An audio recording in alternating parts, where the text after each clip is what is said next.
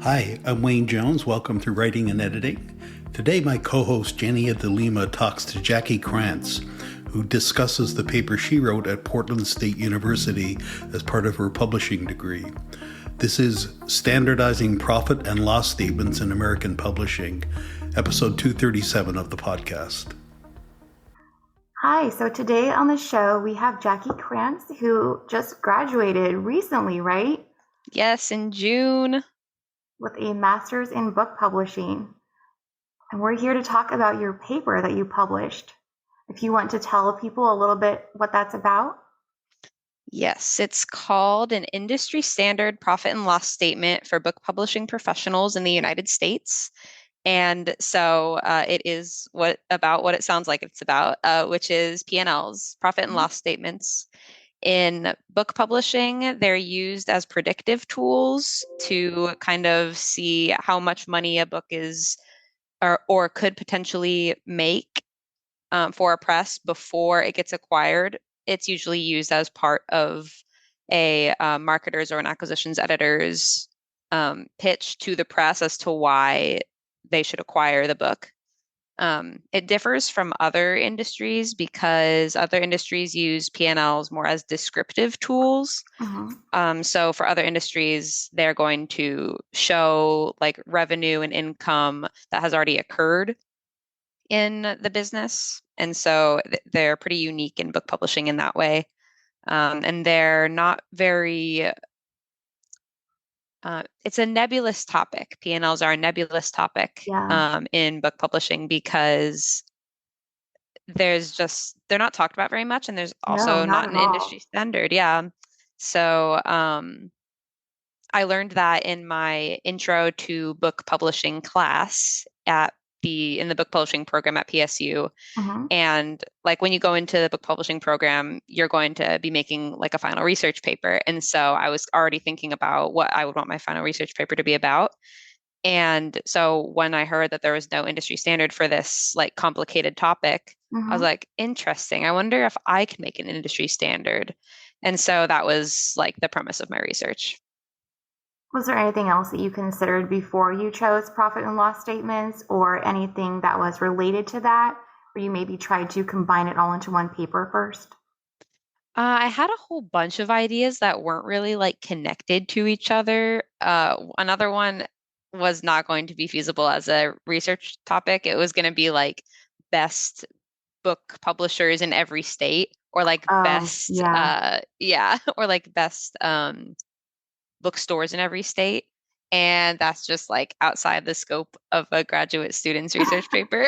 Oh, right. And it all would have been solely based on opinion too, and even how you make those qualitative judgments between good or bad and how you rank those. Yeah. It would be fun to like make potentially arbitrary categorizations and put all the things into each box. Yes, exactly. Cat friendly, automatic, best. Right. Blankets so you can cozy up in a corner. Right. Yes. Oh my gosh. Maybe you need to start a blog after this. I should. And that, you know what, that'll be the topic of the blog. And then I will have a reason to go to every state and just explore. You just found your motive for being able to do this. Perfect. So do you want to explain maybe a little bit too about what's included on a profit and loss statement? Because I have a feeling that kind of like balancing our checkbooks, anything with a financial bent to it, people seem to shy away from or automatically get that mental block about, nope, too complicated, can't do it.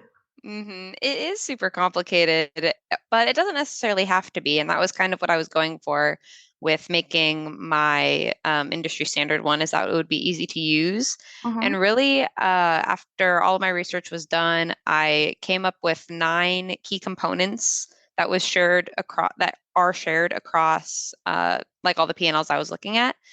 And those are, first of all, the basics of the book. So the title, author, and the price. So there you go. That's super easy. You can just look at your book and see what those things are. Right. And then another one is sales figures. So like, what are you anticipating that you would sell? Actually, let me pull up my template itself so that I can make sure I'm hitting them all. So yeah, so your sales figures are going to be what you expect to have in a print run, which is how many units that you're expecting to print. And those Mm-hmm. can be for whatever format your book is going to be in. So that could be like paperback, hardcover, ebook, stuff like that. And so you're just going to plug, well, actually, let me back up. So finding the numbers to plug into those things can be the daunting part. So what Mm-hmm. numbers do you include? And for most cases, if you're a small publisher, there are like recommended numbers. Also, sorry if you can hear like commotion. The cats are making a ruckus. Totally fine. I mean, we are all But four cats. yes. But so I have some like in my research, I found some numbers that can just be plugged in as a baseline. Like Mm-hmm. if you're a new press, it can be kind of hard to find a baseline. How many books is my press capable of selling? Like Right. how much of a print run should I make? And that might not be Um, information they even know yet because they haven't realistically pushed those boundaries.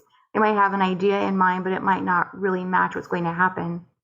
exactly. So it's good to have just like, well, first of all, it's always good to estimate on the safe side. Mm-hmm. So if you think that so if you say, I'm going to have a print run of 2,000 copies, and then you have to like also account for returns because you're always going to have returns. And Yep. if you're very optimistic and say, I'm going to have 0 returns, and then oh, turns out you actually have 1,000 returns. Now that's going to be a lot less money coming in than you were Right. anticipating. So always best to estimate on the safe side. And then in my template, that's all kind of built in for you. Mm-hmm. Um, except, well, I'm jumping around a lot here. Let me go back to your original question, which were key components, like key numbers in the template. So we hit the basics of the book, the sales figures, the returns. There's also paper printing and binding, Mm-hmm. which are like uh, just the costs of like doing those things, having those things per unit. So it can be a pretty small number, but so like maybe $1.50 per book, but then multiply that by 2,000, Right. which is Yeah. if you're having a print run. And then you'd also have your development costs, your freight in, which let me make sure I don't butcher that definition. The freight in simply signifies the price of shipping, Mm-hmm. and royalties, which are going to be a key thing to consider for your author. And then your gross profit, which is whatever you're going to be making before you consider like all of the external costs of running your business. And then Mm-hmm. the net profit is what you're going to be making when all those other costs are considered. So yeah, that is a lot of numbers and it can be kind of dense and confusing, but that is also the beauty of my research paper in combination with the template is that the paper kind of serves as a user guide to the Yeah. template. It did read very clearly. It did feel like each thing was very nicely defined for anyone who might not have any of that prior knowledge when it comes to business finances or accounting. That's what I was going for because I was coming from the same place. Like I don't Right. have a business background except for book publishing related things. So Which is all that we care about on this show. No, I'm kidding. But exactly. so what sort of resources did you use and how did you find some of these numbers and determine even if they were appropriate numbers for putting into your template? So my template is not like from scratch. Mm-hmm. There's a small press out here in Oregon called Microcosm Publishing that is super good about making parts of the book publishing industry transparent. Mm-hmm. And so one of the things that the founder and publisher of the press, Joe Beal, made is a P&L. So I basically just took his P&L after doing my research and realizing like, yeah, this is actually a really good P&L to start with if you're going to be if you have no idea of where to start with for a P&L. And sidebar, in fact, one publisher who I talked to actually said that they did use Joe Beal's template for their press. Oh, wow. So That's good. yeah, so it goes to show that it works. And so all I did was just kind of tweak some things and make some cells differently colored. It's in an Excel spreadsheet. Um, or a Google Sheet spreadsheet, I suppose. And so I made some of the cells different colored to indicate which ones you're going to need to replace with your own numbers. And then 2000 is just like, I'm looking specifically at 2000 for paperback print run, 2000 units, because that's just going to be like a good number for a small press. But you will have to change the numbers based on the size of your press and, well, really just the size of your press is what you're going to be worried about. Well, you've mentioned small press and the size of a press. So how would you define small press? And then after small press, what other types of presses are there in terms of size? So yeah, that's definitely one thing that I had to kind of invent for my paper because there's not really a good way to distinguish. There's not a hard and fast way to distinguish the sizes of presses. Just like the types of editing, confusion in our industry runs rampant. Exactly. And so what I did was I combined data from the Small Business Administration and the Census Bureau, the U.S. Census Bureau, to act as a starting place to make those designations.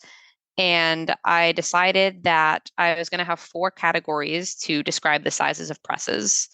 And those were going to be large, medium, small, and micro. And large publishers are going to be, I use the number of employees to distinguish the sizes of the publishers, which is one way to do it. There are so many other ways to do it. Like I mentioned it in my paper, like if you wanted to use the influence of the publisher, that could be a great indicator, but like then you have to decide how you're going to quantify influence and stuff like that.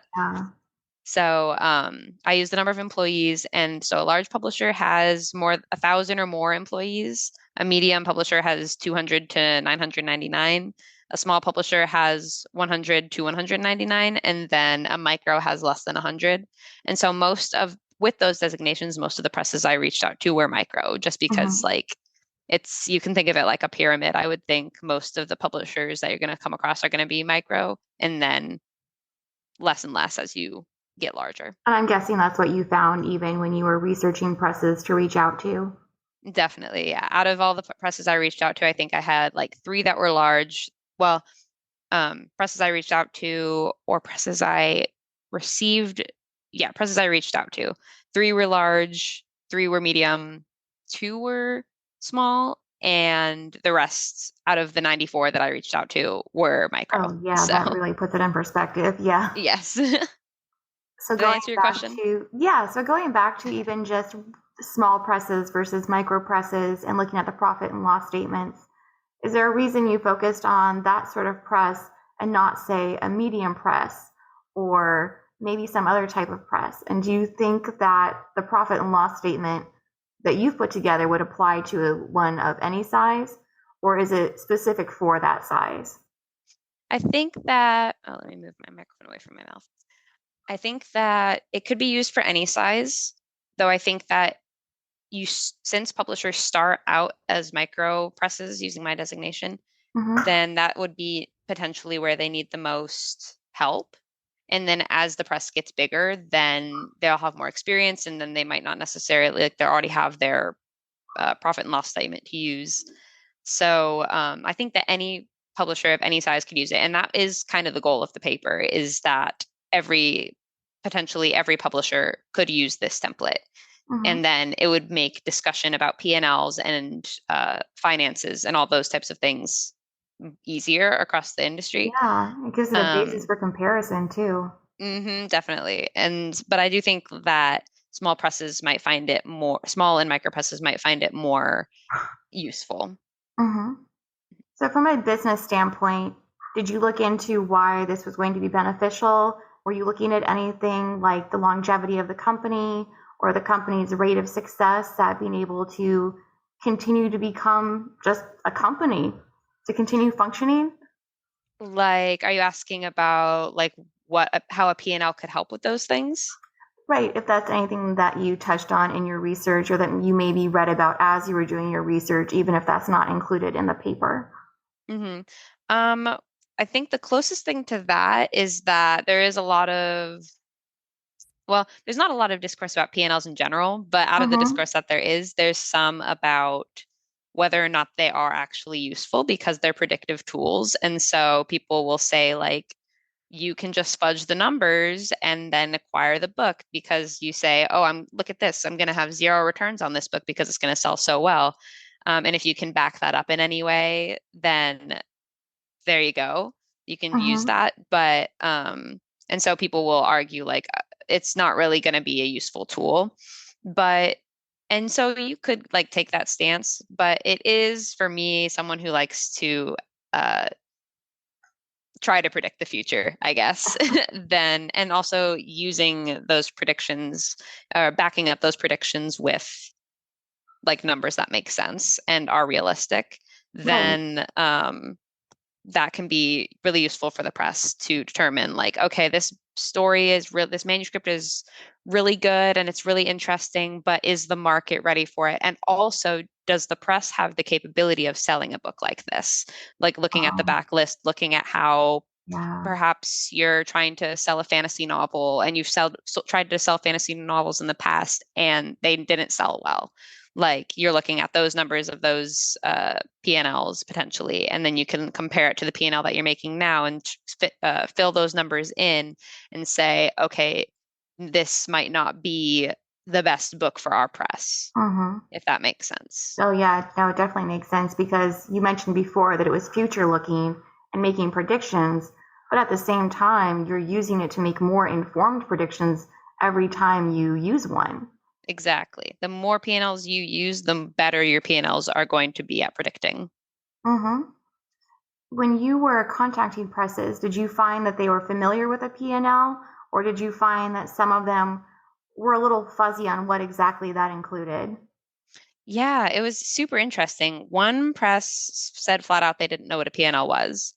And then out of the other presses that responded, I did get a variety of responses. Some of them said they didn't use a traditional P&L, quote unquote, or they didn't have a like official one, Mm. or the P&Ls that I received were used in a descriptive way rather than a prescriptive way. So Oh, there is a lot of, yeah, like ambiguity surrounding what is a P&L in the industry even.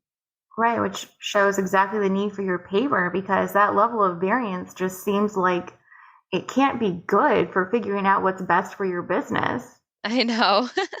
Or, well, because most of the P&Ls I talk, or most of the publishers I talked to were successful. And so that Hmm. could also potentially be an argument of, okay, maybe we don't need an industry standard. But then I just think it would make it so much easier for especially me as a like up and coming publishing professional, it would be so much easier for new professionals to enter the field if we could all be on the same grounds of what we're talking about Right. and And learning even the if same types of they, things. yeah, and even if they say they're successful, well, what if they could be more successful and they're losing out on that opportunity because they're not taking advantage of numbers that they already have? Definitely. That's a good way to look at it. Well, do you think that apart from knowing about a P&L, is there anything else that you would suggest they know about from an accounting or just any sort of financial standpoint? Let me think. Let me tap into my extensive accounting and money knowledge. um, I guess from the position of being a press, knowing how much like monetary flexibility your press has is important. Oh, Like yeah. I did get one response from a publisher who said that money wasn't even an option for them. Like wasn't Well, even that's a they just said that they publish whatever they want, which is awesome. Then in that case you don't need a right. P&L. Yes, if Then only we could all be lottery winners. yeah, really. So, yeah, if you have that kind of, I think I have a line in my paper that goes along the lines of books are art, but publishing is a business. And so we do Mhm. have to consider these things whenever we're like making art. Yeah. Um, and so if you have a lot of monetary flexibility, then you can publish whatever you want.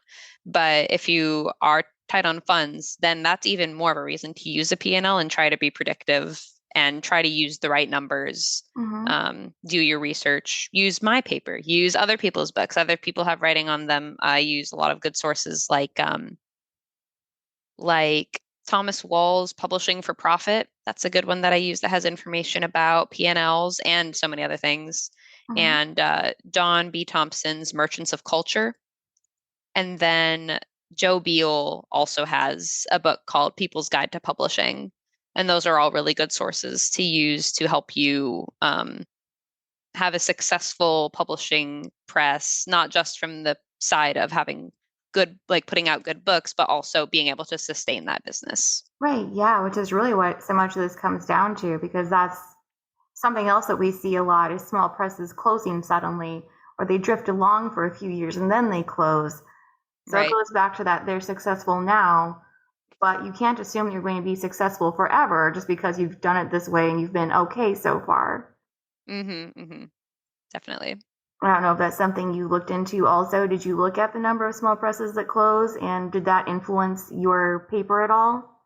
Ooh, no, that would be interesting though. I know that there was some research that I did actually for another school assignment about like presses during the pandemic and how a lot of them closed, but then a lot of them actually thrived.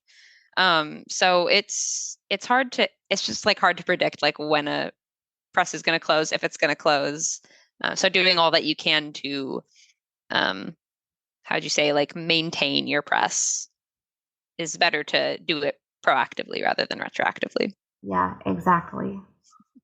So before we close, is there anything else you would like to say that we haven't covered already about profit and loss statements, or anything even that you learned that was interesting about small presses? Yeah. I mean, I hope that people can actually get use of this paper and this template, because that's what it was used for. I'm planning on reaching out to like Publishers Weekly and stuff like that to see like, hey, do you want to feature this? Because that would be really cool if people could all get on the same page about like what a P&L is. And then I do like the idea of the template being something that creates discourse. Yeah. Maybe it's not necessarily the final product, but as people like use it and say actually like, hey, this is working for me, this is not, well, then that would be, because it is very press specific. I'm kind of like shifting around a lot of ideas right now, so I'm not sure. I haven't quite thought about this. Because you know what? It's better to have too many ideas and then filter them down than to only have one and then see that it doesn't really pan out. I guess what I'm trying to say is there's so much opportunity for P&Ls to become a bigger topic of discourse. Yes. So have you ever thought about doing maybe a video walkthrough or some type of tutorial to show people how to fill it out and maybe how to find numbers for doing so? That would be fun. There you go. Look into that. Yeah. I would be totally down for that. Yeah, I think that would be helpful too. Just it would take away some of that feeling of I'm overwhelmed and I don't know where to start. And then just have that guidance, even if it was all just made up. For sure. And I have like the paper and the template and like a project brief, which is like a 1-pager summary of the paper. But then if people are like auditory learners, then they could listen to the video and also like follow along as I walk through it. That would be a really good idea. Well, get on it. I'm on it. I'll be sure to credit you for the idea. It'll be on the podcast so everyone will know. Yes. Link to the podcast. There we go. We can just mutually help each other out forever. Perfect. In a loop. Good plan. All right. Well, thank you so much. That was really informative. And I really hope that people listen to this and take these ideas into consideration and then go find your template and download it. Yeah, thank you. I hope that people can get a good use of it and at least have this be like a good basis of which to start thinking about P&L some more. Yep. Thank you again. And that's all for today. Thanks for listening. Please check out the show notes for more info. On our next episode, Jennia and I talk about the future directions of the podcast. That's on Monday. Please join us.